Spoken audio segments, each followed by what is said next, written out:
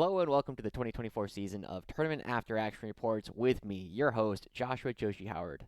If you saw anything on my previous channel, you know that after every single tournament that I would go to, I would have a bit of a breakdown of everything that I did at that event, including the games, the list I brought, things I liked, and things I didn't. And we're going to be trying to continue that here in 2024. For this after action report, we're going to be going over the most recent tournament that I played on Sunday, January 14th, which was the LVO Prep Loaded Dice Games RTT, which took place just outside of Los Angeles, California. Now, if you're not familiar with the current local meta in LA, it is worth noting that all of the events that I will be doing for the foreseeable future will be done on player-placed terrain. We don't use the Games Workshop or the UKTC or the WTC terrain. Everything is done on player-placed, and you can find the rules at the Frontline Gaming website, and I'll make sure to include a link down in the description. Before we get into the actual tournament itself, I want to make sure I thank the organizers of the event, Jonathan and Anthony. It sounds like they have recently started running tournaments here in the Los Angeles area, and they did a fantastic job. I've never had a couple of tournament organizers be more upfront and more excited to actually interface with the community. Every single time I would have an opportunity to talk to them. They would come over and talk about my models, and they just seem to have a fantastic time just showcasing everything that they loved about the 40k hobby. And it helped that Jonathan was also a guard player, so we got to talk a little bit of shop about the different things I was bringing, things that he liked, things that we didn't, and it was really fun showcasing some of my models and seeing some of what they had as well. They also even provided donuts and coffee at the very beginning of the day, so everybody would make sure that they could come in with a little bit of sugar in their blood and making sure that they were not going to collapse from sleep or anything like that early on in the day. So really enjoyed going out to that event.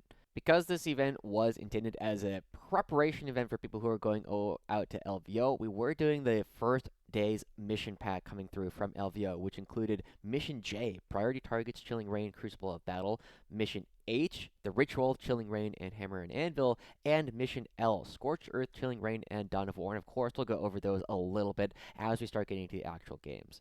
What this meant is it did draw a fairly competitive, not the most competitive event that I've ever been to, but one of the more competitive events that I have seen.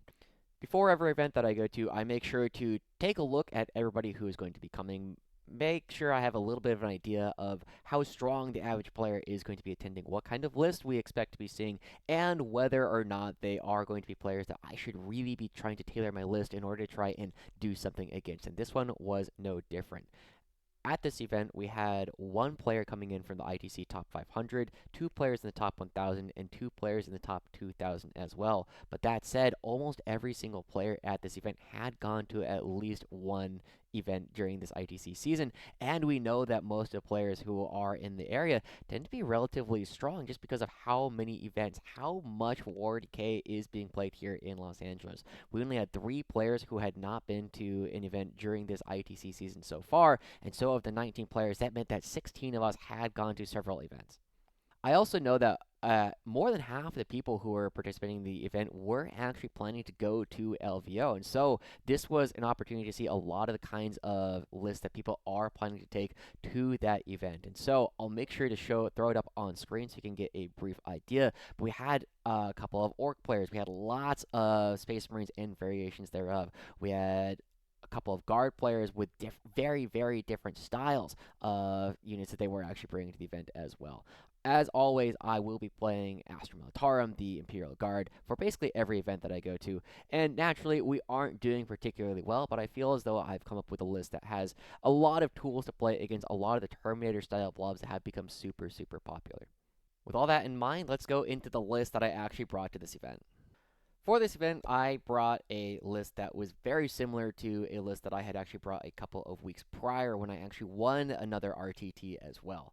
However, I did make one interesting change, which was based off of a Reddit post that I had found talking about how cool Rough Riders were and how effective they could be in the Guard Army. Now, we'll actually go over my thoughts of that as we get there, but the list that I was bringing today included Gaunt's Ghost, which are one of the best units in the Astra Militarum Codex. They have Lone Op, they have an Up-Down, they have Benefit of Cover, they have Stealth, they have Precision both in melee and at range, they have an autocannon, they have a character in them.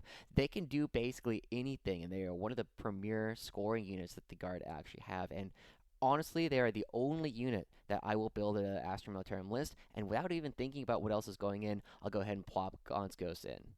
After that, I also brought Lord Solar Leontus for the extra CP generation, as well as the redeploy and the ability to order the Rogal Dorns really efficiently with the way that I've actually been playing. The only other epic hero that I brought to this one was Ursula Creed. And Ursula Creed is a 55-point model. You park her in one corner of the board with an infantry squad, and she gives you access to one free battle tactic stratagem per turn. Luckily for the guard, one of our best stratagems is Fields of Fire. It normally costs 2 CP, but Ursula Creed can make it free. And then you shoot at a target, and everything else that shoots at it afterwards that is not battle shocked gains an extra AP against it. And so it's really good for trying to up jump some of your las guns or your autocannons or anything that is really low or no AP in order to try and get a little bit of extra damage on. And if you can take something from a 2-up to a 3-up, that is a relatively large increase in the amount of damage that you can actually do with some of your very simple infantry. For characters and the infantry that they were attached to, I did bring 2 Death Corps Marshals. These are some of my favorite units, but there's a lot of discussion in the Guard community about whether they're like Death Corps Marshals, Psychers, or Platoon Command Squads, and I am pretty firmly in the camp of the Death Corps Marshal because they give a 5-up Feel No Pain, as well as a once per game Insane Bravery to the rest of the unit. One of them included a Death Mask of Ollanius, and that gives +1 OC even when battle shocked. So you don't necessarily need to use the Insane Bravery, but as we'll get to as I get to the end of the list, I really wish I didn't have to take this enhancement, and we'll talk about what I would have brought instead at the end. Both of these Death Corps Marshals were attached to 20-man blobs of Krieg, who all have the normal fixings, sergeants with Plasma Sword and Plasma Pistol, double Plasma Gun, double Melt-A-Gun, double Grenade Launcher, and a Medipack. And of course, these are just insanely hard to move. You use the Death Corps Marshal, you give the take cover order to the unit, and suddenly they're saving on 4s. You put them in cover, now they're saving on 3s. You have a 5-up Feel No Pain as well, and these guys are nearly as durable as Space Marines, especially for the number of wounds that they actually bring, and people are consistently surprised at how much firepower they have to put into this unit in order to do real damage against them.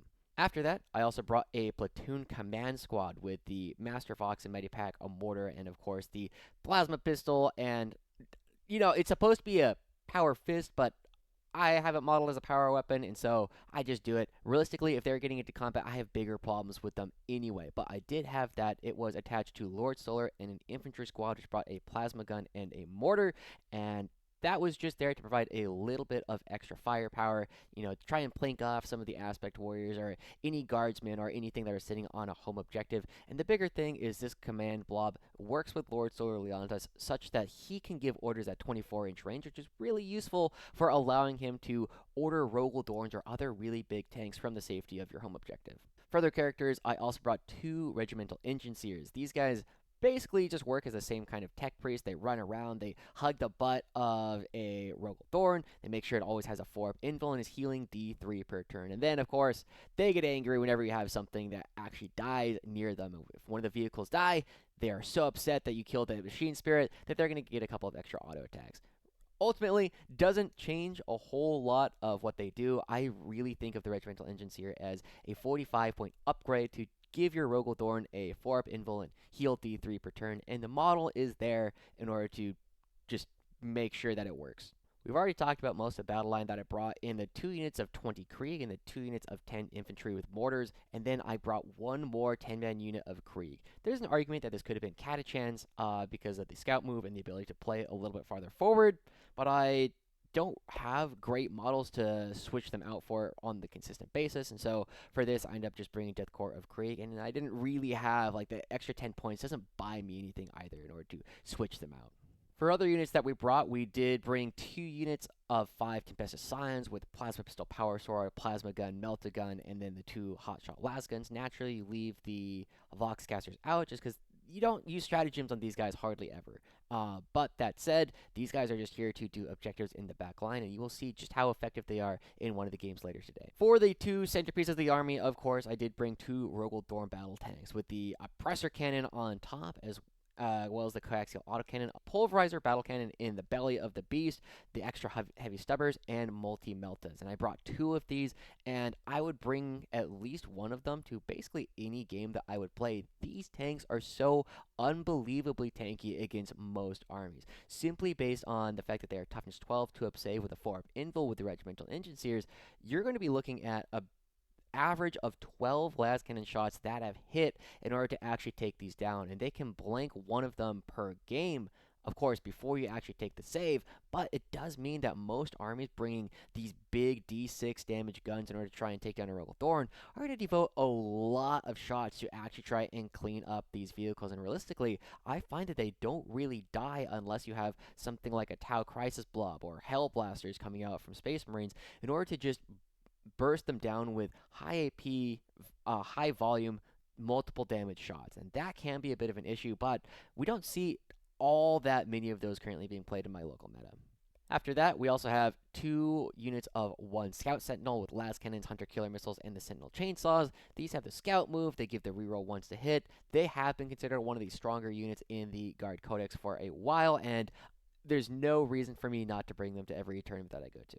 For an allied unit, we did bring a Callidus Assassin. This unit has an up-down anti-infantry flamer as well as 5 precision attacks as well on the charge, but you mostly just bring it for the up-down, another very good scoring unit that is difficult to screen out due to the fact that it's just one model and it deep strikes every single turn. Now, the experiment that we brought to this event was a little bit different. As I touched on, there was a Reddit post not that long ago where people were talking about how effective you can play Attilan Rough Riders. And so I decided for this event, because I saw a fair number of melee armors that are actually going to be coming, I wanted to try out having a strong counter charge, and so I brought 1 unit of 10 Rough Riders. And of course, the sergeant had a Power Saber as well. Now, in theory, these units do a lot of damage on the charge. Every single one of them can choose between a Frag Lance and a Melta Lance every single time they attack, and the Frag Lance will do D6, Strength 4, AP 0, Damage 1 attacks. Now, this is a lot of attacks, and if you do a charge, it is a +1 to wound because of the Lance roll, and that does mean that it's really good at clearing chaff in theory. At the same time, you can also choose to go for the Melta tip, and instead of the D6 attacks, you get 1 attack coming in at Strength 9, AP 4, doing D6 damage also with the Lance roll that comes in, so the +1 to wound. Now, this was one of the things where I was really used to looking at the Attilan Rough Riders that came in 9th edition in our codex, and if you gave these guys a couple of buffs, they could realistically take down a knight in a single turn of combat, especially because the knights don't benefit from having that 5-up invul that they get against shooting, or their 4-up invul when they rotate ion shields. However, this is not that version. What the argument was coming in from the Reddit post was that if you consistently have 2 units of 10 Rough Riders and you spend 2 CP on reinforcements every time one dies and 1 CP on rapid ingress to bring it in on a subsequent turn, you're going to be constantly threatening massive amounts of damage against your opponents, and it does create a lot of pressure. And I did a couple of cool things with this unit throughout the course of the day, but we'll talk about what my actual thoughts are about this unit and whether I would bring it again on its own to another event at the end of the day. So with that, let's start talking about the games that I actually played. To start off with, in Game 1, I played up against Eddie and his Eldar, and we were playing Mission J of Priority Targets, Chilling Rain, and Crucible of Battle. Now, this is my first time playing up against Eldar in 10th. I had a really good win rate against Eldar in 9th edition, partly because I was playing up against several styles of Incarn lists that, unfortunately, the players were leaving their Incarn in a spot where I could kill them. And because of how good guard shooting was in 9th, as soon as I had the ability to shoot at it, I had ingrained precision, and I could kill it very quickly. But that's not the way that Eldar are typically being played these days, or at least it is one of the ways that you can play Eldar. The way that Eddie was playing, though, was a little bit different, and we'll go over his list here right now. For his characters, he brought in Autarch Wayleaper with the enhancement of the Phoenix Gem, Farseer Skyrunner, Fuegan, and a Spirit Seer with Fate's Messenger. Eddie didn't bring a single Battleline unit to this battle. Instead, he brought out a couple of the normal things that you kind of expect to see with the Spirit Seer. To start with, he brought only 1 Night Spinner, which has the ability to shoot indirect and give different units a -2 to move, prevent them from advancing, and reducing their ability to charge. Eddie, for the rest of his list, also brought 2 units of Shroud Runners, 2 units of Swooping Hawks, 2 units of Warp Spiders, 3 individual Warwalkers with Bright Lances, 10 Wraith Guard with Wraith Cannons, a Night Spinner, and a Lynx. Now, if you're not familiar with the links, I wasn't either. And so the way that Eddie explained it was, in theory, a forge-world model that he liked to bring because he didn't like playing Night Spinners, but he felt as though he always had to bring one. But because it's 180 points, he felt as though he could sneak one of these in. And the big thing that this is armed with is the Lynx Pulsar, which is an assault weapon that shoots 48 inches, 4 attacks hitting on 3s, Strength 16, AP 3, D6. And so, in many ways, it's similar to having a couple of extra bright lances that you can shoot at a very long distance. And because it's assault, it means that this Lynx is very mobile with the fly keyword, that it could just go around and shoot whatever target that it wants. Now, in practice, it was not tall enough to actually draw a line of sight for a lot of the game, and it didn't have some of the very important angles that it wanted to throughout this game. Going into this game, there is something a little bit unusual on our table, and that is that there was a single massive piece of terrain set up in the center of the board that entirely contained the middle objective. And that meant, because of we were doing player placed terrain, we could not put any other obscuring ruins within 5 inches of this giant piece of terrain on the center of the board. And that meant that we couldn't put any other obscuring terrain on the other no man's land objectives in a way that could actually hide them. And so we just put a couple of crates on both of them in order to create a little bit of cover and opportunities for our units to stand in places where they could actually be out of line of sight. And because we were both playing a lot of short little guys, it ended up working out quite well. However, because of that, almost all the rest of our terrain was put in our deployment zones, and so it meant that so much of the game was based upon how we could navigate actually using this center of the board, this one big piece of terrain. Could you get around it? Could you find firing lanes in order to actually shoot at whatever it was in the middle? Now, I'm told that this is something that will be happening on some LVO tables, so just keep that in mind. If you do have this on your table, you will need a way to try and deal with a weirdly closed but also weirdly open center of the board. Now, because this was my first time playing Eldar in this edition, I was not really familiar with a lot of the ways that they tend to play. With the Wraith Guard, I knew that they could, in theory, do a ton of damage. They would move up the board. They could Phantasm this unit into very powerful positions. They would res one of the Wraith Guard every single turn as long as the Spirit Seer was alive, and that they could basically delete one of any single centerpiece models that they wanted due to the volume of Wraith Cannon shots that they were putting out. However, I thought that because my opponent was going tactical, I could afford to actually take fixed missions. And one of them that you tend to see a lot of guard players go for if they do tend to play fixed is Cleanse, simply because we can basically guarantee getting 10 points on this at an absolute minimum, and depending on how the terrain is set up and how the missions actually work, we can oftentimes get 16 or more points on this simply by doing it almost every turn. However, I got a little bit baited. I thought that my opponent would not have enough tools in order to effectively screen his backline, because I was expecting, based off the tactical objectives that Eldar like to go, his Warp Spiders and Swooping Hogs would not be alive for the entire game. And I was expecting that I could take behind enemy lines, and even if I wouldn't be maxing this one out, I was thinking I could probably score somewhere between 9 and 15 points on this secondary. And I ended up being very wrong about that. We'll talk about why a little bit later.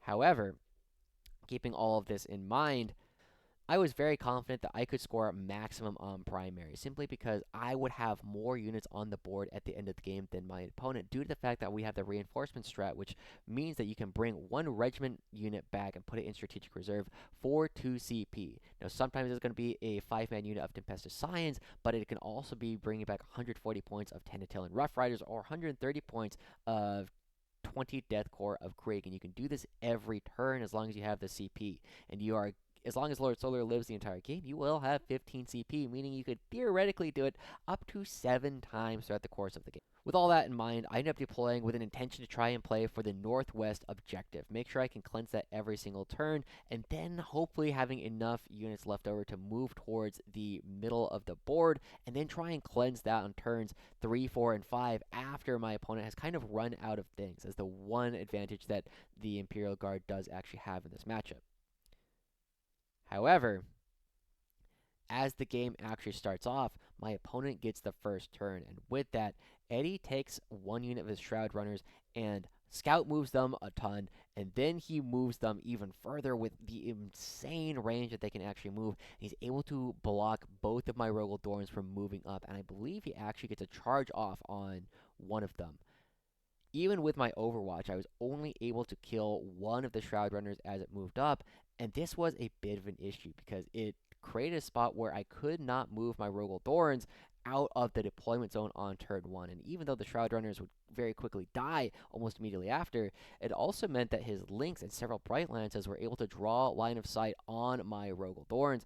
And there's not a lot of armies, guys, that can actually take down a Rogal Dorn in 1 or 2 phases of shooting it. But this was an army that could, due to the number of Bright Lances and the fact that you can spend Fate Dice in order to maximize damage. So where it normally takes about 4 Lascannons going through in order to consistently try and kill a Rogal Dorn, you can do it much less. You can do it with 3 almost guaranteed as long as you have the Fate Dice to support it. And with that, I don't believe he killed a Rogal Dorn on the first turn, but he was able to do a ton of damage to one of them, rendering it effectively combat ineffective because I could no longer afford to put it out in a spot on the board where I could use it to shoot super effectively at a lot of his units. Luckily, I did get a little lucky because on turn 1, Eddie did end up drawing Assassination and Behind Enemy Lines as his starting secondary objectives. And while he did try and take his Shroud Runners, I was able to save enough in order to keep my Regimental Enginseer that he got within the lone op range of right off the beginning of the game. So he ended up scoring 0 on secondary on his first turn. And I thought, that's really good. That means that I can probably get my advantage from taking some primary. However, as we already touched on, my Rogal Dorns were significantly move blocked.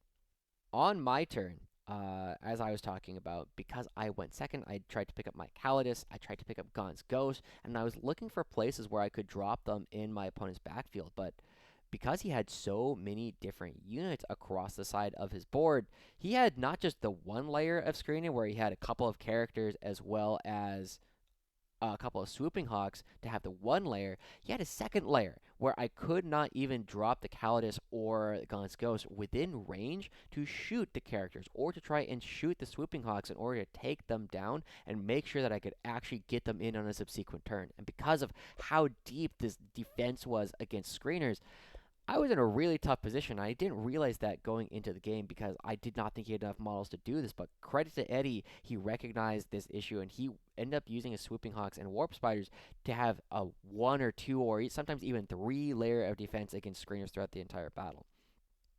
However, I was able to cleanse the northwest objective, and I started moving up a little bit. But I knew that this was going to be a game where I was not going to be winning for the first couple of turns. I needed to claw it back on turns 3, 4, and 5 when my opponent had run out of things.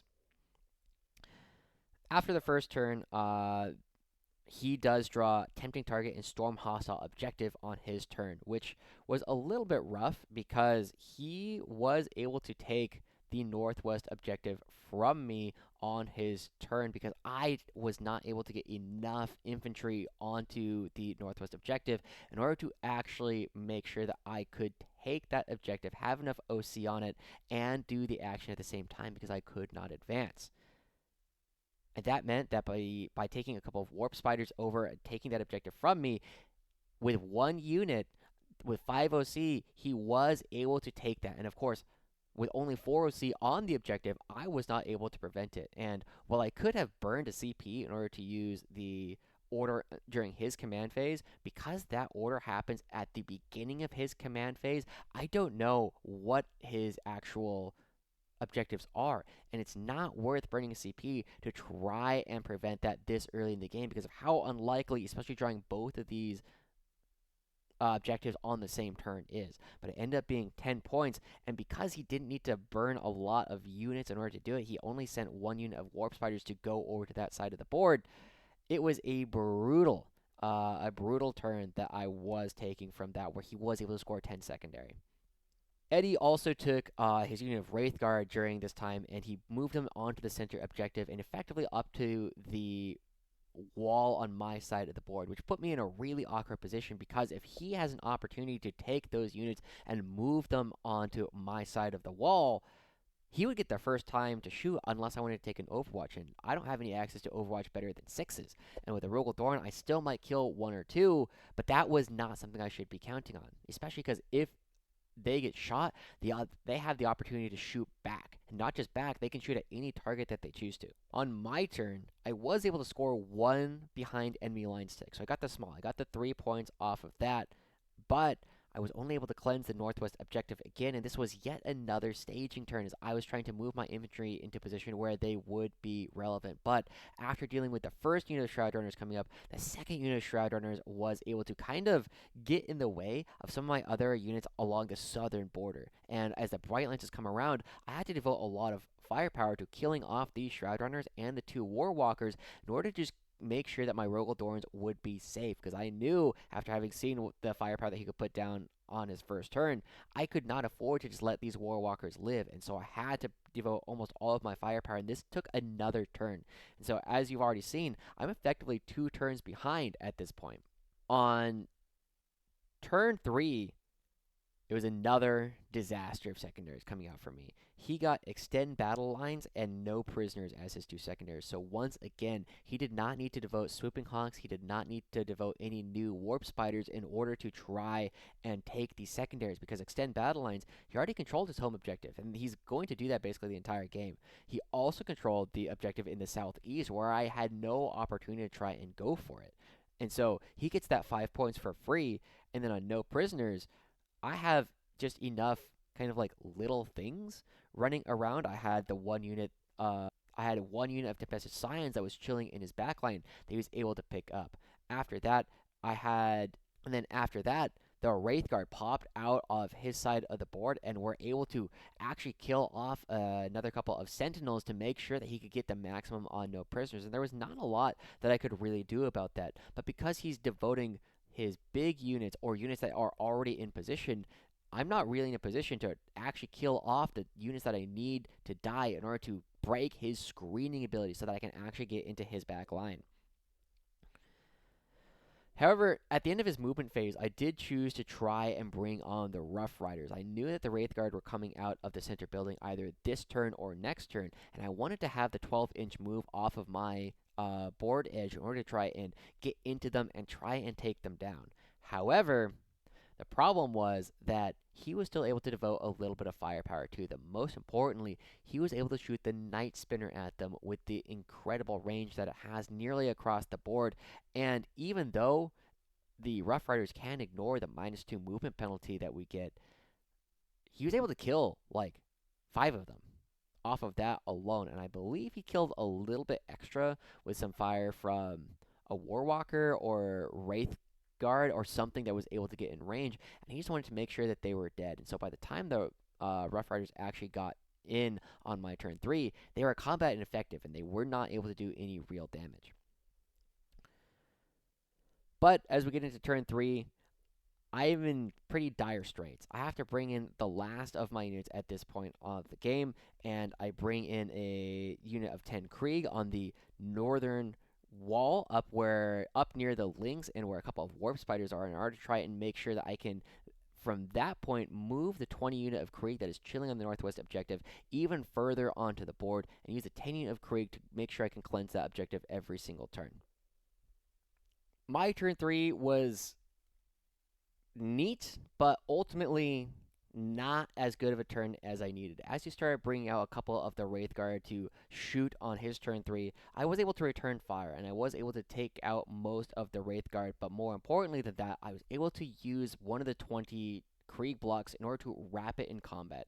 And even though they weren't able to do any real damage with either their shooting or the combat when they actually get in, something funny does really happen on his turn 4, because even though I was only able to cleanse the northwest objective in his 4th turn, because all of these Wraith Guard are wrapped up in combat, and he wants the ability to actually deal with the unit and make sure that they're saved so that they can actually shoot, and they can't because they're infantry, he needs to try and fall them back. But because I had wrapped them so sufficiently with the number of models that I had, he needed to make a desperate escape test. With 7 models still in the unit, he takes his dice, and he rolls them, and he rolls 2 1s and 2 2s. And so suddenly, 4 Wraith Guard die. That actually gave me a little bit of hope for the game, because by rolling 2 1s and 2 2s, he had lost about 150 points worth of models instantly. I didn't even have to do anything. And that actually put me in a really good spot to try and take control of the center objective, because the one unit that he had that was going to be reviving a model every single turn, that had such a good save and the ability to change a 1 to 6 fairly often throughout the course of the game, it was gone.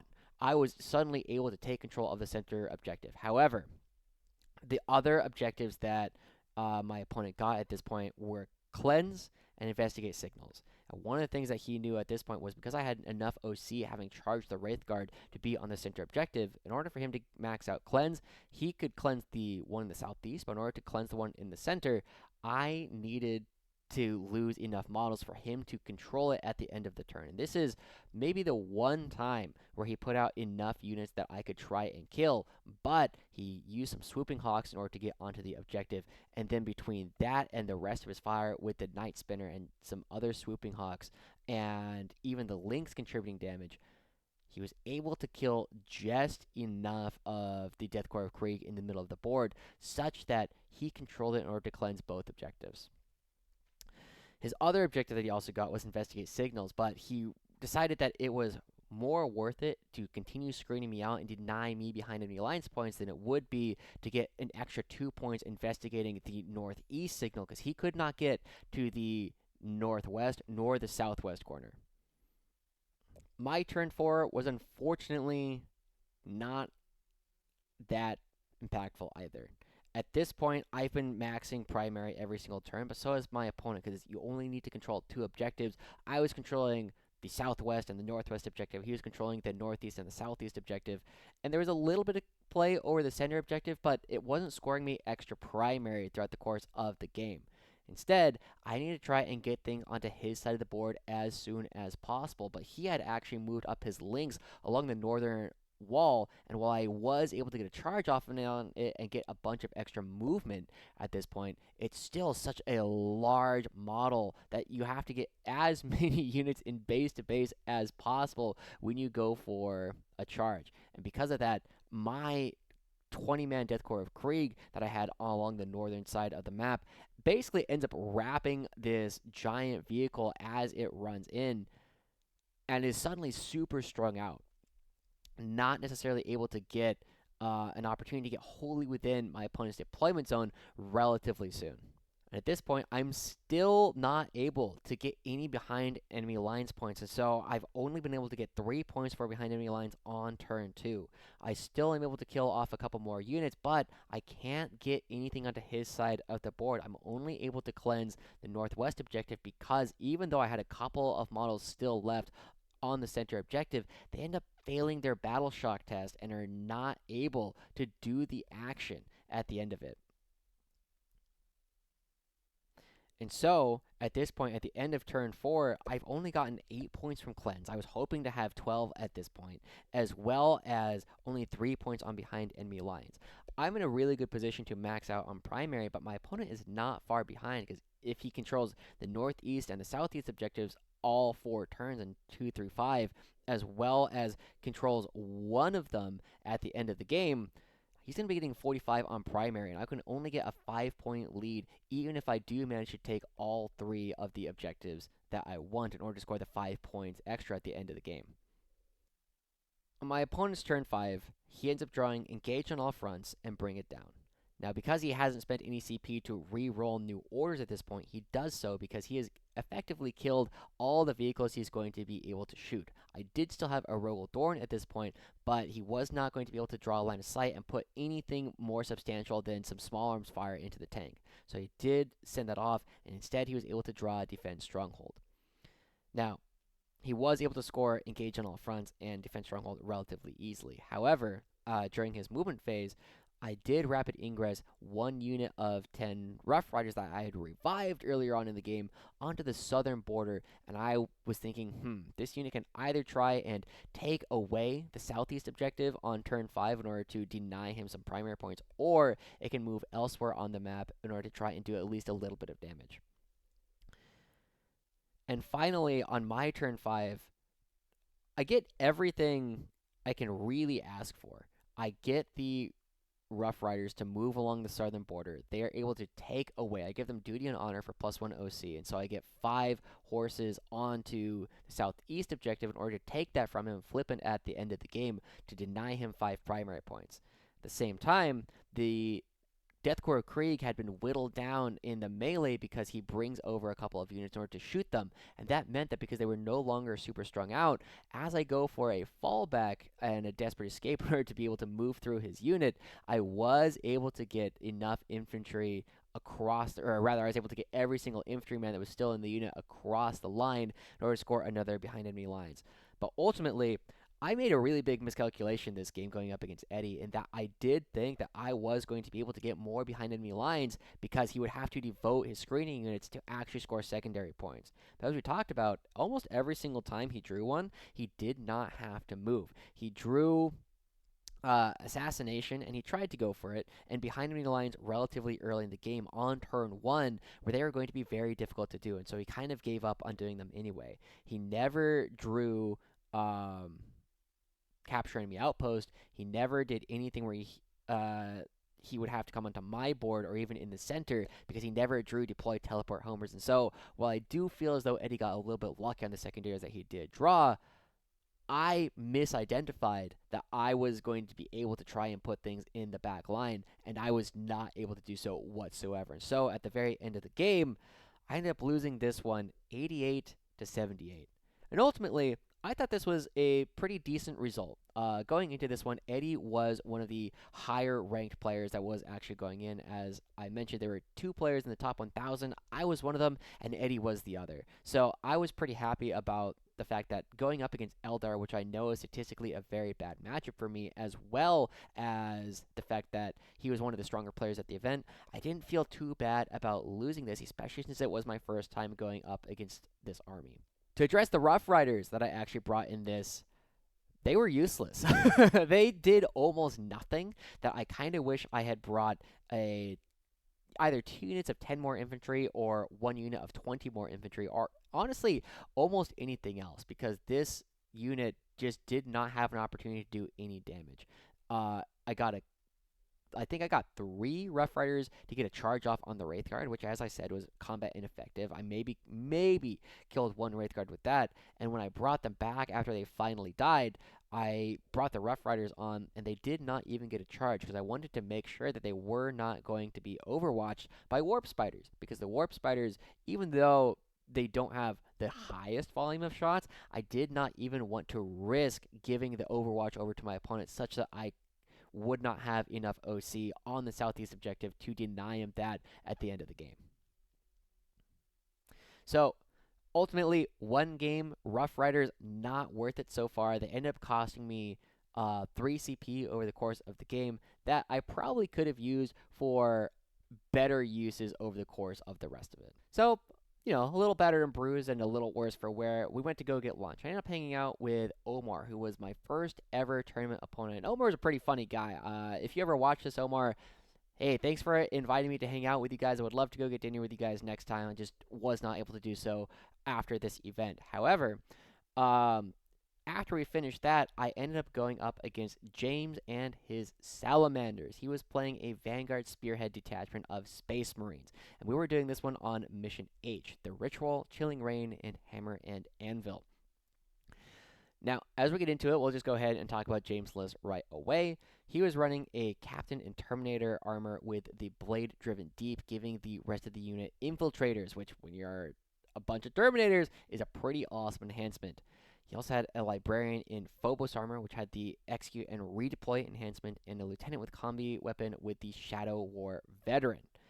For his battle line, he only brought 1 unit of Intercessors, but for everything else, which is very typical of a Vanguard detachment, he had Assault Intercessors with jump packs, a Ballistus Dreadnought, an Eliminator Squad with the cool sniper rifles, a Gladiator Lancer with the big laser on top, 2 Inceptor squads with the Assault Bolters, 1 Inceptor squad with the Plasma Exterminators, 1 Infiltrator squad, a Redemptor Dreadnought, a Scout Squad, and a Terminator Squad, and then a Callidus Assassin. Now, this unit, or this army, is very difficult to try and screen out because it has so much access to 3-inch deep strike between all of the Inceptors. It also has a couple of up-downs in the Callidus Assassin, and I believe there's one other which he didn't necessarily use, but also the Scouts can come off the board as long as they are next to the board, or maybe it's the Infiltrators. Either way,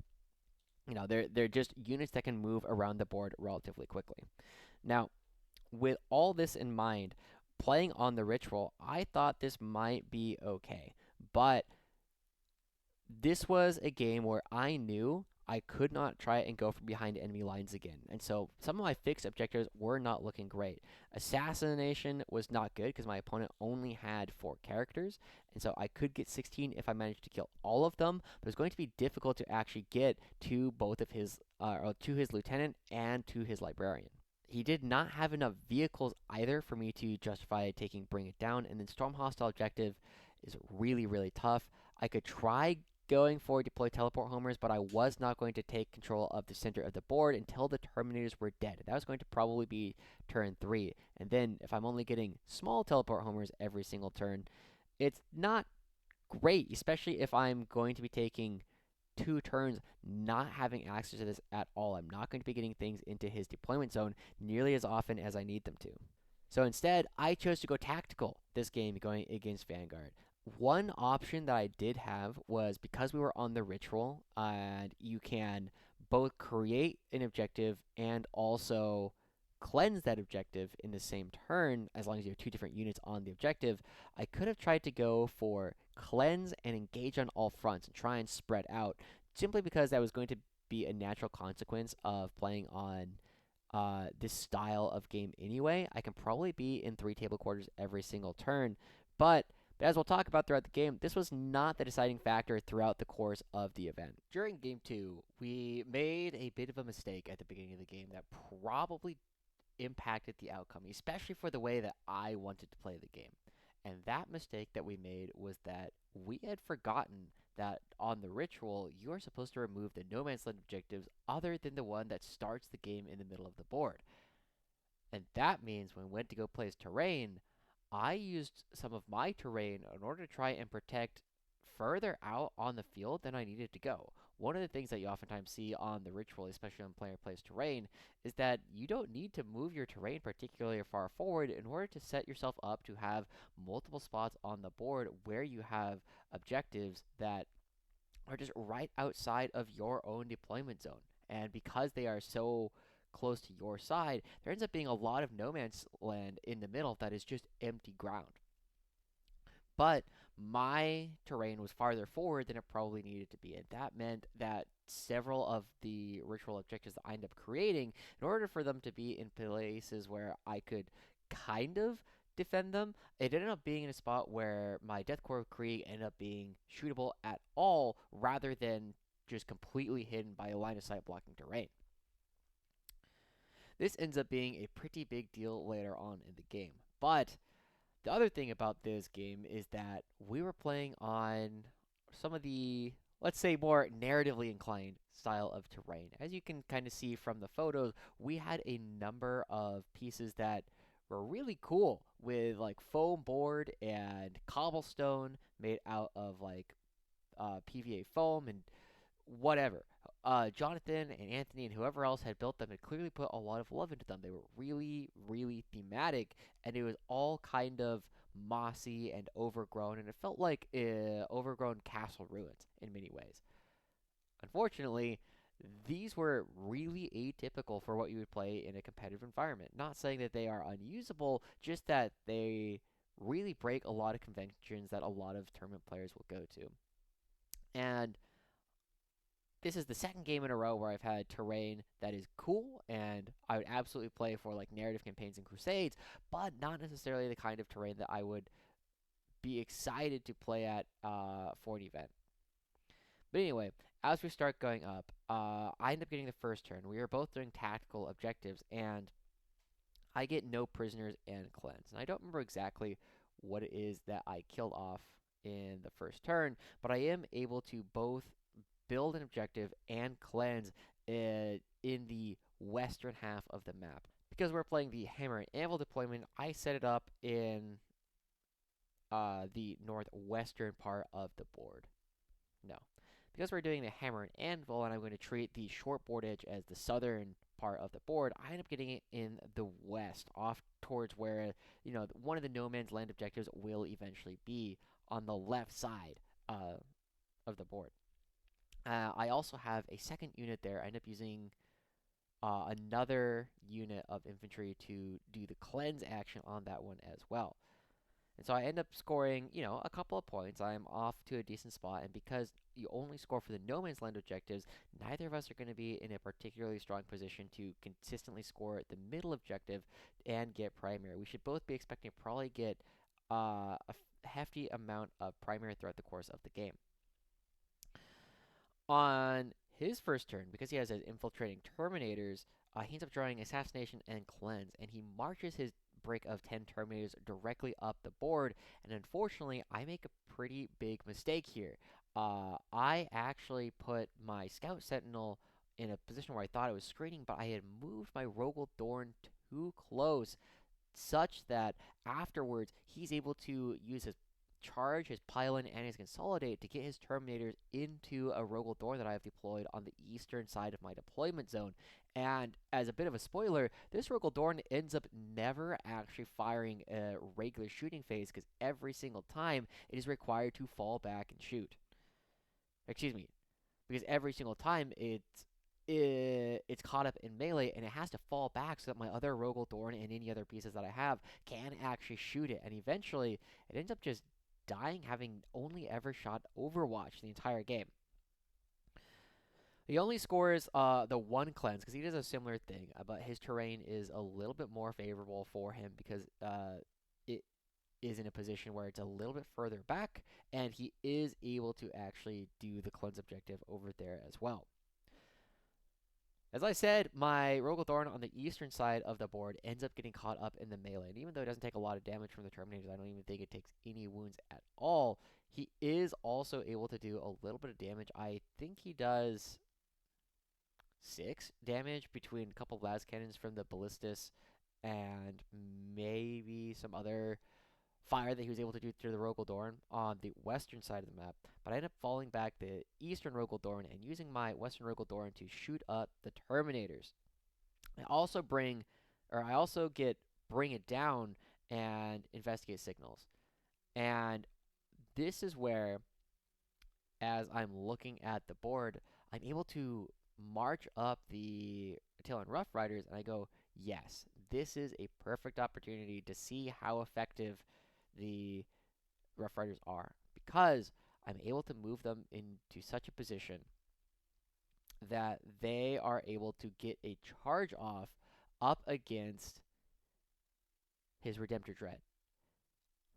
And even as they go in, I believe he pops Armor of Contempt, such that the AP4 of the weapons goes down to AP5, and I roll all my attacks, and I have all 10 Rough Riders in, and they do like 8 damage, right? The Dread is still left relatively healthy after everything is said and done, and when it swings back, it's able to crunch a couple of the Rough Riders, such that they are no longer combat effective. They're not really able to get a whole lot done for a while after that, and because it takes them so long to die, they end up being kind of a useless unit, because as long as there are only a couple of them, they're not doing anything. They need to die such that I can get a whole 10-man unit back again.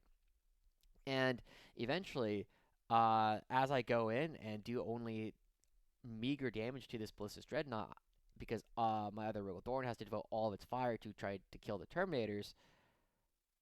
I mean, I kill about half the Terminators, but the Redemptor Dread is still alive, and I end up pitching Bring It Down at this point because I can't do anything. I also devote one of my units of Scions off in the corner, because I also get Investigate Signals, so I do both the southwest and southeast corner, and I also devote a group of 5 Scions in the northeast corner to score 6 points on Investigate Signals. So I'm doing pretty okay on the secondaries. On my opponent's second turn, he gets behind enemy lines and overwhelming force. And for this, what he ends up doing is he takes some of his Inceptors, and because I can't screen out my entire deployment zone, he's able to drop in one unit of Inceptors as well as use the remaining Terminators in order to go for another charge. And they do a little bit of damage to, I believe it was an infantry squad that is attached to Lord Solar and friends. But he takes his Callidus Assassin on the other side and he drops it such that it gets access to shooting at one of my Death Corps Marshals that is in the western half of the map.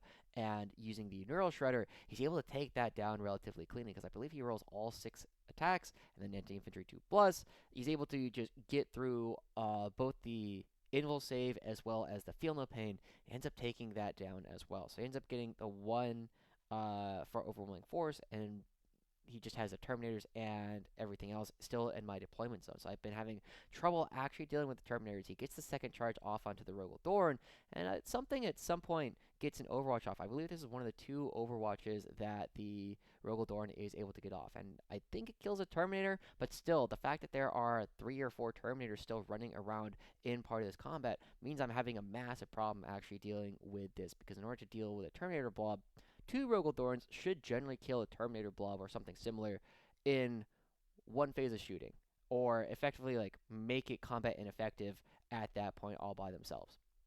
But if only 1 Rogal Dorn is shooting, it's actually a significant reduction in firepower, and it feels, it's only half the shots, but it feels like a lot less. And it's a really tough position, and I can't use the Rogal Dorn to move up the board because it's constantly needing to fall back. There was a couple times where I was thinking, man, is it worth it to just take a desperate escape test in order to get this guy to fall back?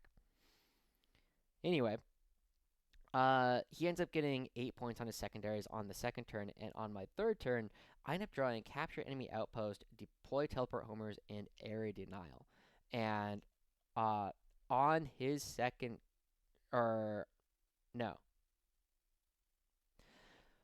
So for Area Denial, I deep strike a couple of signs into the middle of the board because he has left the center of the board almost completely untouched at this point, or completely empty, because the Redemptor Dread is still tied up in combat against the Rough Riders, and he doesn't want to take a desperate escape test, doesn't want to risk battle, or it's been battle shocked, I believe, a couple of times, and so he doesn't want to take the desperate escape test in order for it to move up the board. He'd rather just take the -1 and keep on shooting, because -1 of being in combat does not further stack with the -1 that is coming in from being bracketed.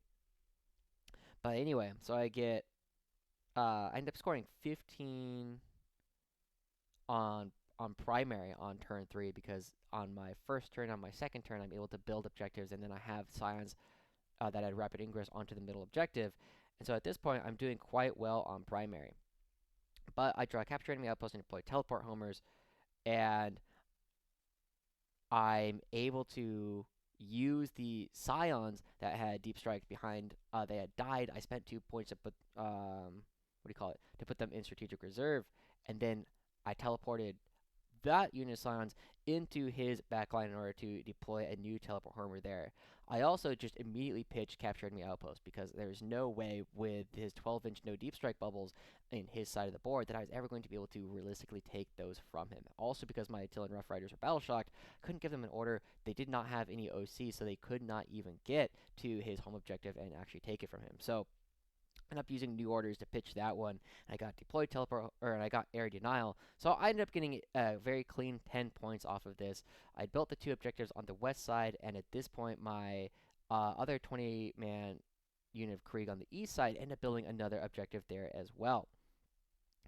So I'm doing pretty good. I'm comfortably on 4 objectives in no man's land at the end of my turn, but the big question is going to be, can I continue to hold? Because during this time, he's been slowly whittling away mostly the Death Corps of Krieg on the west, and now that they no longer have the 5+ Feel No Pain being provided by the Death Corps Marshal, they cannot be on both objectives on the western side of the board and still completely out of line of sight. I could probably have limited a little bit more line of sight over on that side of the map, but ultimately probably like laziness more than anything else. I was trying things out. I was very discouraged by the fact that the Rough Riders, which are some of my favorite units, just to look at and actually play with, didn't do anything. Like they were such a disappointment for me at this point in the game that I didn't. I almost felt as though I had lost simply because I had not scored any points on that Bring It Down. And the Redemptor Dread is continuing to put shots into the Death Korps of Krieg, continuing to put some chip shots into the Rogal Dorn as well. And it probably wasn't the most impactful thing in the world, but it was just a really big discouraging moment, which honestly I probably need to work on how mentally resilient I actually was during that. But anyway, on my opponent's turn, he gets engage on all fronts and capture enemy outposts. He does a similar thing. He spends his one new orders per game and pitches capture enemy outpost and also gets deployed teleport homers. During my turn 3, he had rapid ingress some inceptors into the southwestern part of my deployment zone in order to actually try and get some space in there. And because my Rogal Dorn was spending so much of his firepower actually dealing with the Terminator blob, he was able to use it to one, kill the Regimental Enginseer on that side of the board, but also he now had one Inceptor unit that was in my deployment zone. He had a couple of spare Terminators that were still in my deployment zone, and he used his last unit of Inceptors to come into my deployment zone as well on turn 3. So he had 3 units in my back line, and he was able to get everything on engage on all fronts. I remember at one point the Inceptors go for a charge against something, and I overwatch it with the Rogal Dorn for the second time, and I end up killing, I believe 2 of them actually on the overwatch because he was so close. I end up getting a couple of melted shots are off, but he is able to get the big engage on all fronts.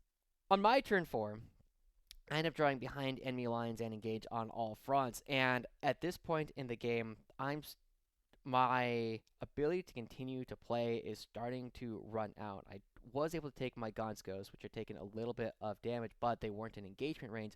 I had taken them up off the board, and I just plopped them down behind a ruin on his side of the board.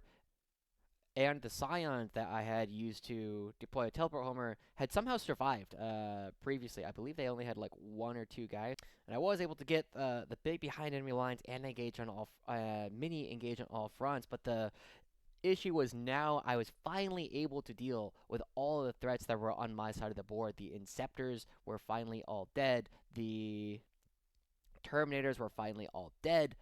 But it wasn't my turn that was the big swing turn. It was actually James's big turn.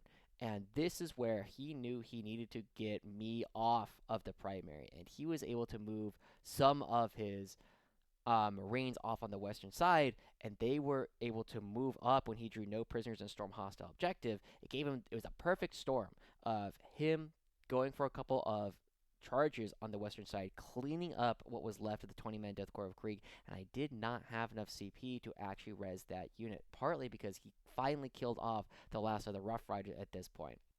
Now, at the end of his movement phase, I do use Rapid Ingress on the Rough Riders because this is the whole point of what I was trying to do with them. They were able to go off onto his deployment zone in the back, and my goal was to just kind of be a nuisance with them and hopefully try and take out the Ballistus Dreadnought and create some play if I ever need to storm hostile objective. They would have the movement necessary in order to move on to his home objective to make sure I can flip that if I need to. But he is able to take not just the one objective on the western side, but he's able to take both of the objectives I have built on the western side of the map. And while he got no prisoners and storm hostile objective, more than that, he denied me 10 points of primary on the last turn because he's able to kill the Scions that were sitting on the board in the middle, and he was also able to take me off the 2 objectives. So he moves me from 3 objectives on the map, and I was always sitting on the eastern one where I still had a 20-man Death Korps of Krieg unit ready to go. And that was the turn where it swung, and because I lost 10 points of primary there, on my turn I get 5 points of primary on turn 5. I get a tempting target, and by using the Rough Riders that had gone for a charge on turn 4, I desperately escaped them over his Ballistus Dreadnought such that they can take the I just sort of skip them over the Ballistic Dreadnought such that they can get to the tempting target. And even though I only get one model on it, that's enough in order to get the 5 points there. The other one is Secure No Man's Land, and that one's a gimme. Once I get onto that tempting target, I'm also on the eastern objective as well. And so I am still able to get a total of 39 points here on the secondary. But the fact that he was able to get the me off of 10 primary is what breaks the camel's back, because on his turn he gets area denial and bring it down, and he also scores at the end of his turn, so he doesn't need to be on very many objectives at the beginning of his turn. He needs to do it at the end because he goes second, and he's able to get an easy 15 by taking over a couple of objectives, and the only thing he needs further to do is shoot the Rogal Dorn. And at this point the Rogal Dorn has taken enough las shots coming through from the Gladiator Lancer, from the Ballistic Dread, just in general, that all he needs to do is get one more Lascannon through, because it's been sitting on one wound since turn 4. And as he goes through, he gets the first Lascannon, and he's able to roll a 6, roll another 6 to wound, and then end up rolling a 2 on my invul save at the very end. And so it ends up being he's not only able to get his 15 primary, he's able to get the full 10 on his secondary as well. And as we see, I end up losing the game 95 to 89 because I had lost those 2 primary objectives in the last turn of the game. So this is a bit of an unusual experience for me. To start off with, we'll talk about the Rough Riders, and that they have once again been a disappointment to me. I have not had a whole lot of use for them in this game. They did get a charge into Redemptor Dread, but they didn't kill it. They got a partial charge into the Ballistic Dread, where they got 4 lances in, and they did a little bit of damage, but ultimately, I was pretty unimpressed at this point, because even though I am spending a lot of CP, I've burned 3 CP on them this game again, they didn't justify their points. They didn't justify their CP cost. I would have rather have had 2 or 20 infantry yet again coming into this game. But the other thing that's unusual is I think this is the only event that I've gone to where I've lost my first 2 games. I've lost my first game before. That happens. But I'm usually able to win my second game. And this is the spot where I genuinely ask myself, I was like, do I feel like going home now? But I think part of it was actually the hosts, Jonathan and Anthony, and they just seemed like really good guys. I really was enjoying the community that was there so far. So I decided I'm going to stick it out. I'm going to play my last game, even though I knew that there's a bit of a, I don't want to say a headache, but like a couple of questions on like, hey, who am I playing against? We've had a couple of other people drop so far from the event, and I end up playing up against my last opponent, up against Renee. And Renee was bringing Custodes. And Renee is a name that I had seen several times coming through, and he had a really cool army, because the Custodes that Renee was bringing were modeled as orcs that were in really cool armor, and they were orcs that believed they were Custodes. And that's part of why Renee might have been my favorite opponent of the day. Eddie and James were both, a bit more, I don't want to say soft-spoken, but a little more, they felt a little bit more introverted. But the game against Renee, I was already 0-2. I didn't care if I won or lost particularly. Renee was 1-1. He was no longer contention to win the event. And so we just went into it with the idea that we were going to have a good game. He walks up with this army of orcs that are actually Custodes, and it was cool. Like, I knew that we were going to have a good time. Anyway, we go on to the last one of the day, and this one is yet again on a Chilling Rain mission, but it is Scorched Earth on the Dawn of War deployment style. In Scorched Earth, of course, you score 5 EP for each objective. You control up to 2, and then for every objective that you're on, if you're within 1 inch of the objective marker, you can do an action to try and burn it. And for every objective in No Man's Land you burn, you can get 5 points. If you burn your opponent's home objective, you get 10 points at the end of the game. Now, this is one where I was like, okay, Custodes actually don't have enough models. Like, I believe in his entire army, Renee had about 30 models, and a lot of them wanted to be marching up the board to fight me. That meant that he did not have the units to try and screen me out. Going over Renee's list, what he brought a Blade Champion with the Ceaseless Hunter enhancement and the Shield Captain.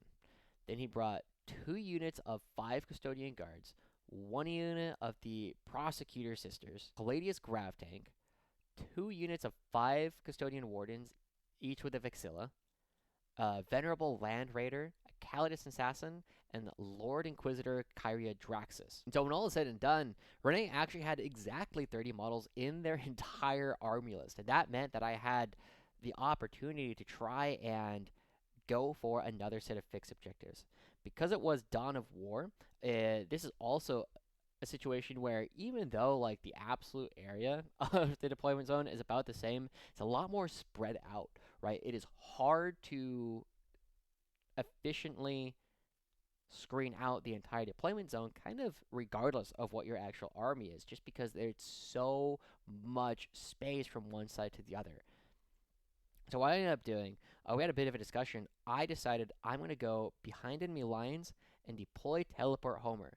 And the argument that he gave me is like, well, if you're going to be trying to be in my backfield no matter what, you might as well get the bonus from it. Because my initial thought was, well, what if I go behind enemy lines and cleanse? I was like, well, if you have the units that are in my deployment zone, just double down on it.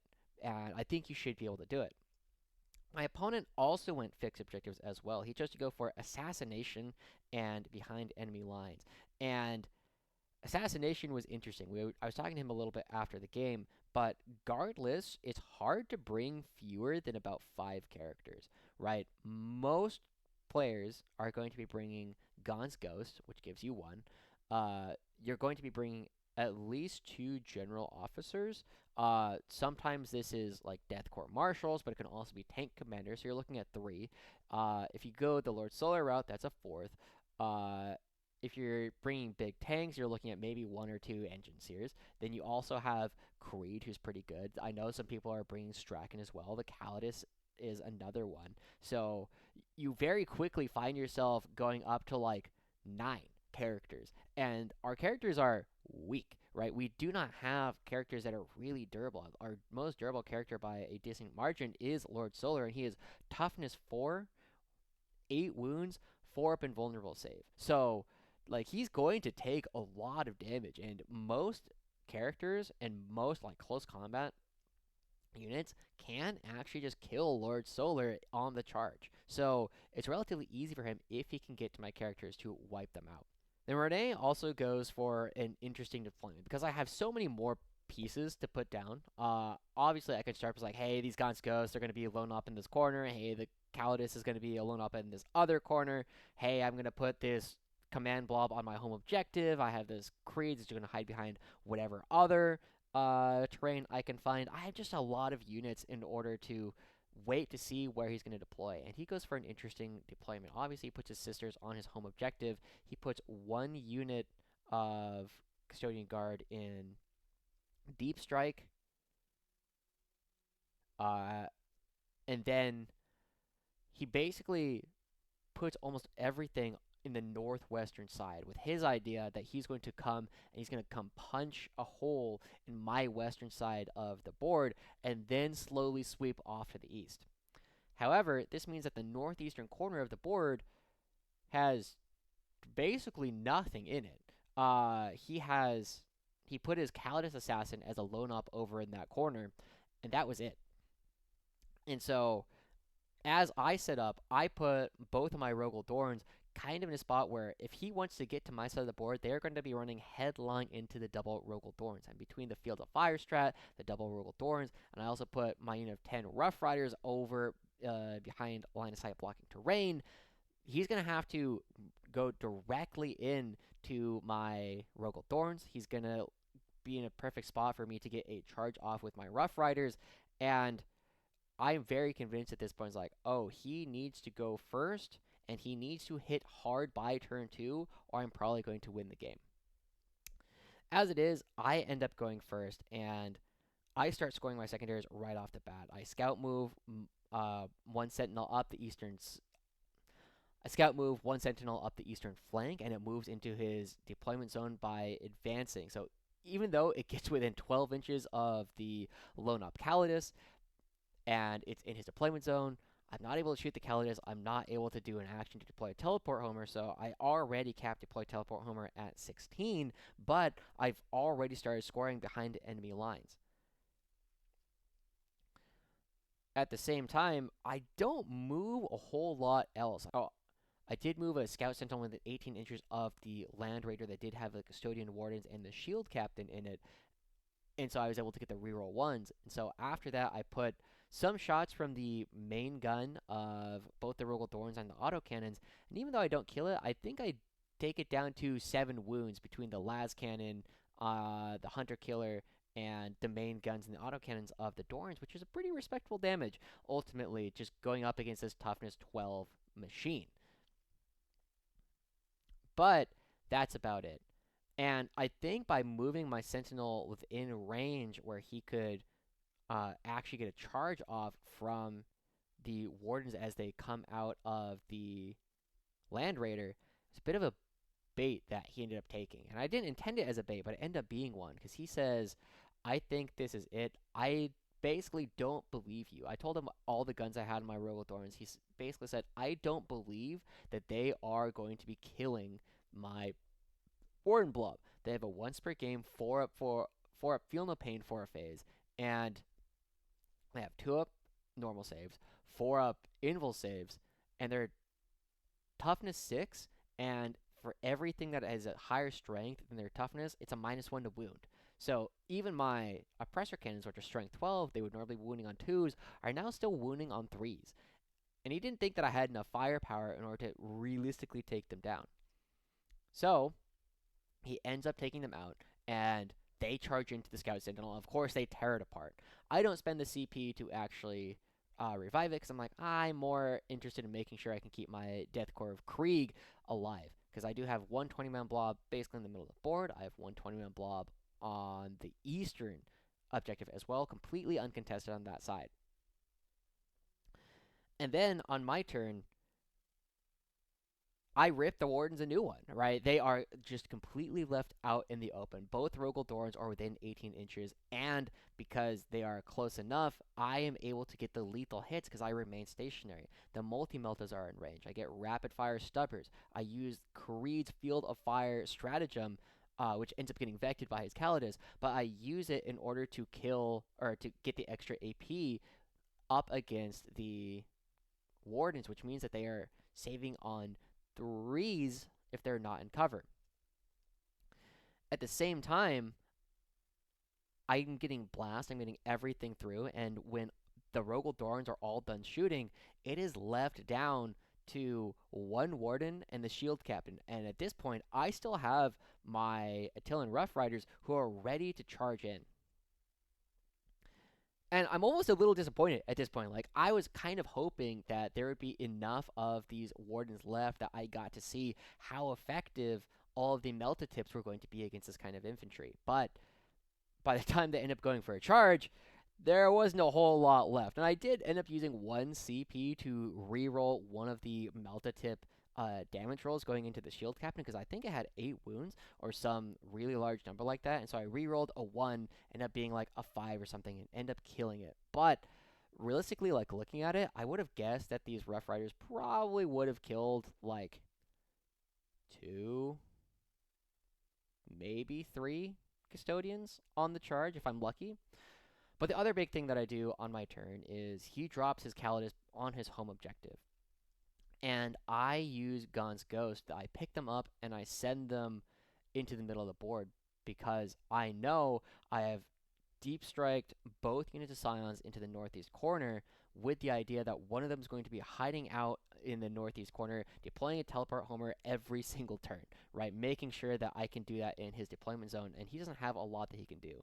On my turn, Renee also rapid ingresses the one unit that he does keep in deep strike close to his home objective. And so it was a little bit tough for me to find a spot for Gaunt's Ghost in order to get the spots between the Land Raider and the Sisters, but I'm able to get the autocannon, the sniper, and the Las carbine that has sustained hits all in range. And I'm able to get enough hits off that Gaunt's ghost ends up killing the Callidus Assassin, which was really big, right? As we already previously identified, there was not a lot of places for me to completely screen out. If the Callidus was alive, he was going to be scoring some points on behind enemy lines on most turns, but he was not able to do that at all, just because I killed it on turn 2. So at this point, Renee mostly has a dead secondary, kind of like I had the problem going up against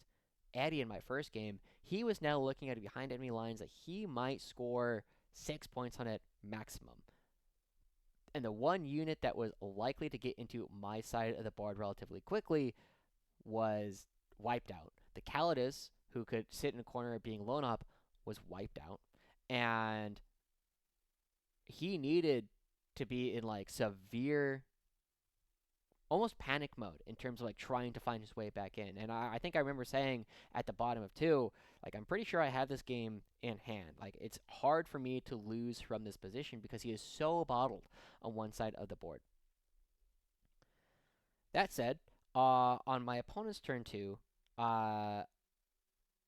he does manage to kill a character. And part of this is because I had left Gaunt's ghost. They were in a position where they were relatively close, and he runs up and he uses the Custodian Guard's ability to double shoot once per game. He kills all Gaunt's ghosts, and he also moves them closer towards the middle of the board. And this unit of deep striking guard end up being really valuable for him throughout the course of the game. Other thing he does, he takes his wardens and another unit of Custodian Guard. He kills all of the Attilan Rough Riders, and at the same time, his Land Rider and his Callidus have been like trying to ping off my Rogal Dorn. And they do get it down to like 9 wounds by the bottom of 2, but it's slowly getting healed up, and I don't think it takes any... it takes a couple Lascannons a couple turns later. But for now, he just kills Ibram Gaunt of the 10 of the first and only, but so far that's his only secondary. He scored 4 points between assassination behind enemy lines at the bottom of 2, and he's got another unit of wardens right in the middle of the board. And we kind of rinse and repeat. We do almost the exact same thing the second time around. But this time, we only kill 4 of the Custodian Guard with the Blade Master as they are coming in, and he's able to use a CP on his turn to resurrect them.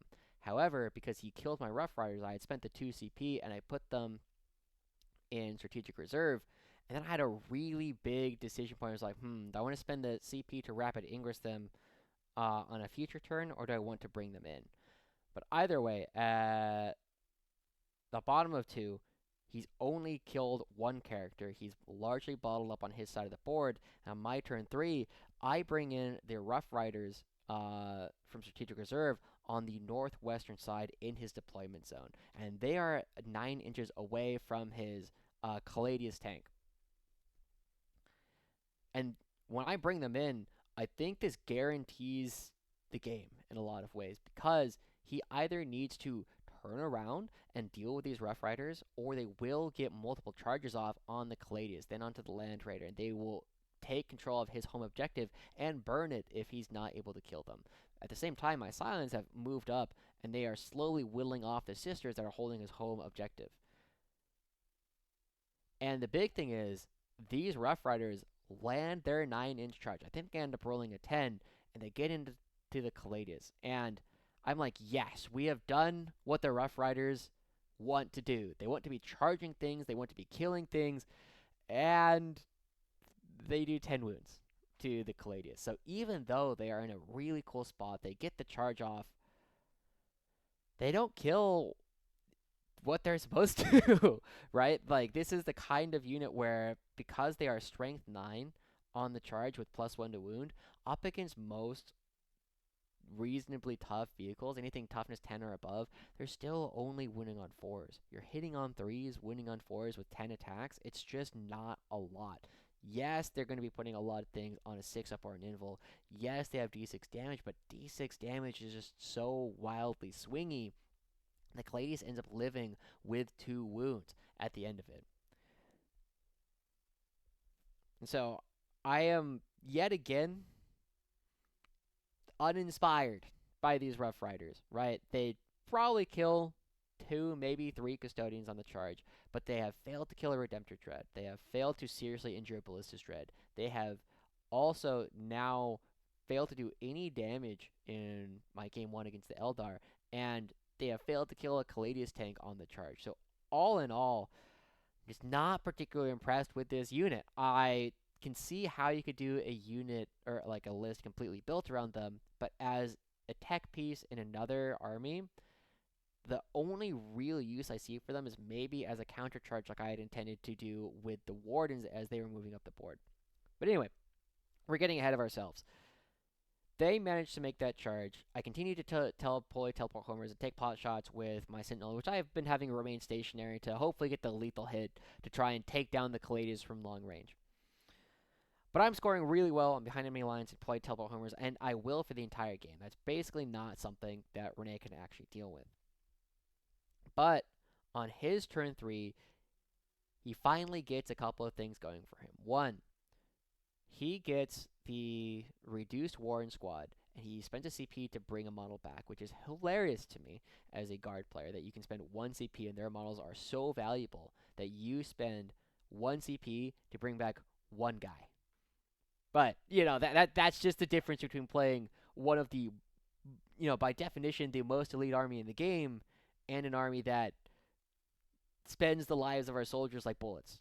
So he brings them back, but they're able to get a couple of crucial charges off. They use their guns, and they actually... I remember calling it to my opponent that he's able to get one of the Rogal Dorns down to 1 wound from fire from the Callidus and the Land Raiders between like all the Lascannons that they have. And he takes his bolter fire, or whatever the equivalent of, I think they're called Guardian Spears, and he shoots it at the Rogal Dorn. I remember telling him, it's like, oh, this is a 2-up save. I have 1 wound left. And that means that I have no CP. I guarantee that I'm going to roll a 1 here. And what do you know? I roll the dice, and I roll the 1. And he ends up killing the Rogal Dorn, which is nice.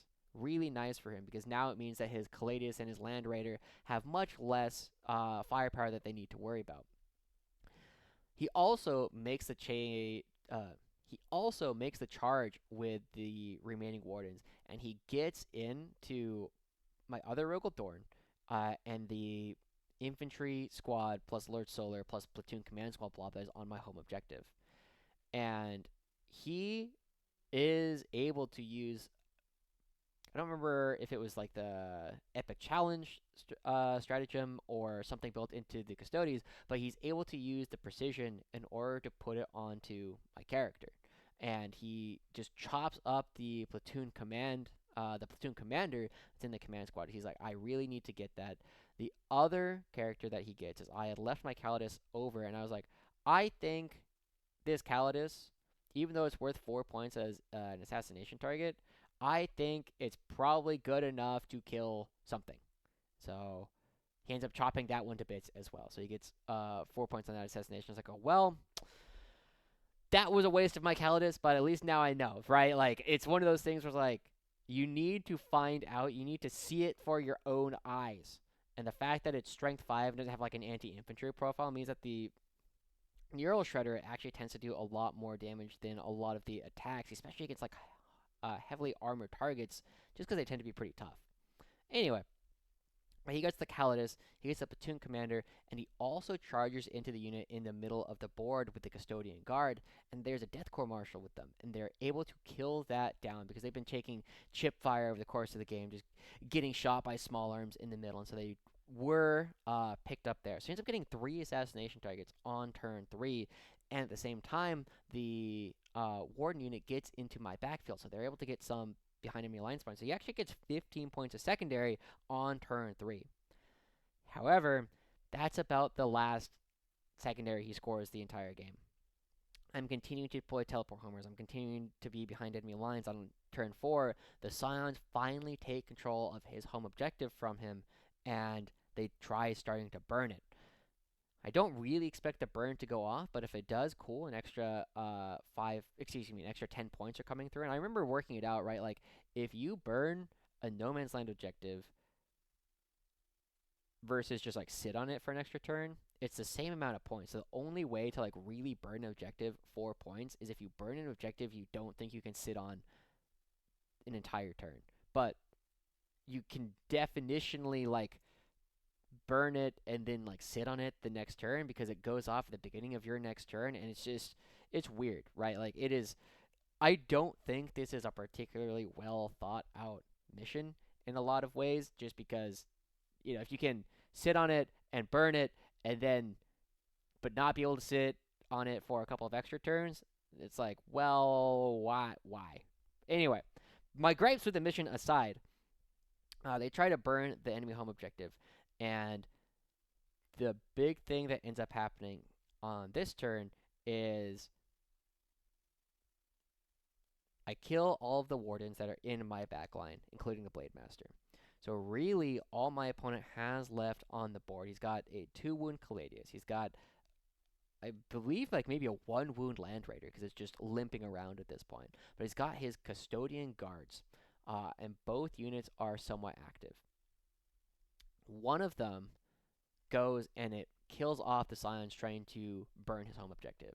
And the other one tries to go kill the Death Corps Marshal on the eastern objective. And while they do a lot of damage to it, one of them is not able to get into engagement range or base to base of one of my models. So he only gets to swing with 4 of them.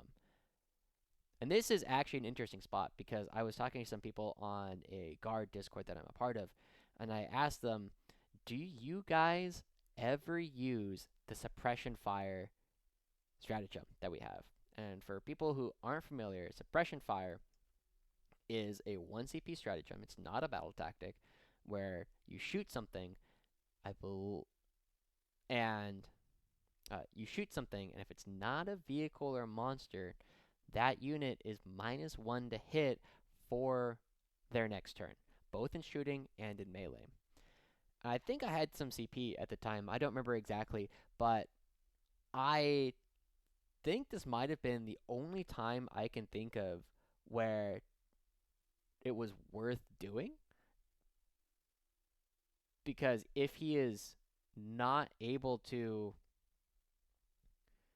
kill my entire unit, if he does get like 1 inch more on the charge and gets everyone in, he might kill the unit to a man. Meaning I would not have gotten 10 points on primary on the last turn, as well as him getting assassination a turn early and maybe being able to run into my back lines to get an extra set of points, right? An extra behind enemy lines points. As it was, because he only had 4 Custodian Guard, he ends up leaving enough alive. I use the Mad Pack. I take control of the objective again, and the character does not die on turn 4 as I fall back with them. Of course, on his last turn, he's still controlling the central objective and the western objective, which he had paid a CP to Sticky earlier on in the game, and he cleans up the Death Corps Marshal on the east. So he ends up getting 4 more points of assassination. As we already kind of identified, I've been getting double behind enemy lines and deploy Teleport Homer in the deployment zone every single turn. And so at the end of the game, we do have a score of 85 to the Astra Militarum and 73 to Renee's Custodes. And it's my only win of the day, but that's okay. I had a great time. I feel the biggest thing is that the first time that I had ever played against Custodes, I shot at this Warden unit with 1 Rogal Dorn, and I think I killed 3 of the Wardens. But the big thing was I learned I need the Rogal Dorns to completely shoot 1 unit. I need both Rogal Dorns to kill 1 unit of Wardens dead. And I feel like I learned that, and now Renee knows that as well, so he's never going to be making the same mistake again either. But it was my 1 win of the day. And so, wrapping up a little bit, I want to talk a little bit about the list. The Rough Riders, I'm not going to be bringing again.